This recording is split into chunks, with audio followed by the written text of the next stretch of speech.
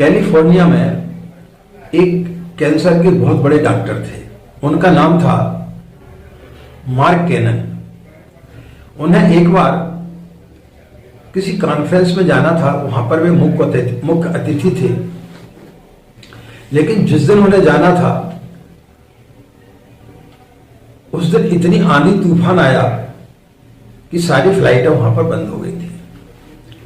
वो जितने बड़े कैंसर के डॉक्टर थे उतने ही बड़े वो नास्तिक थे। वो भगवान पर बिल्कुल विश्वास नहीं करते थे।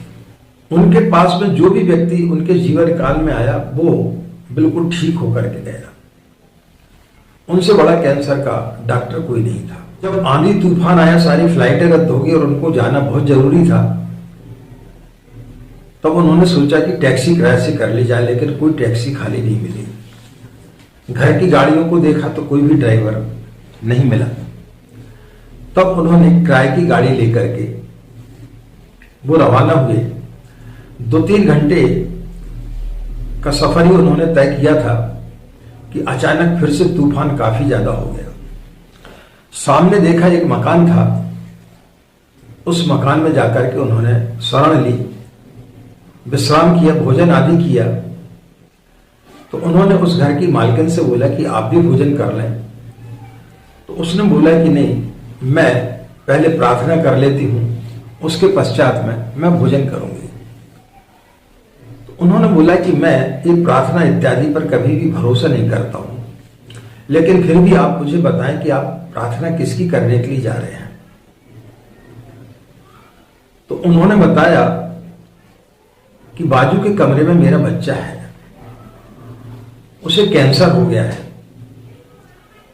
और कैंसर उसका तभी ठीक हो सकता है जब मार्क डॉक्टर आकर के उसका इलाज करें। अब मैं गरीब हूं, मेरे पास में इतनी शक्ति सामर्थ्य तो नहीं है कि मैं अपने बच्चे को उनके अस्पताल तक ले जा सकूं। इसलिए मैं नित्य प्रार्थना करती हूं ईश्वर से कि हे ईश्वर, तू इस प्रकार का कुछ चमत्कार कर, वो डॉक्टर स्वयं यहां पर आ जाए और मेरे बच्चे का इलाज कर दे। तो डॉक्टर हतप्रभ रह गया। उन्होंने अपनी जीवनी में लिखा कि मैं कभी भगवान पर विश्वास नहीं करता था, लेकिन आज मैंने देखा कि प्रार्थना में कितनी बड़ी शक्ति होती है।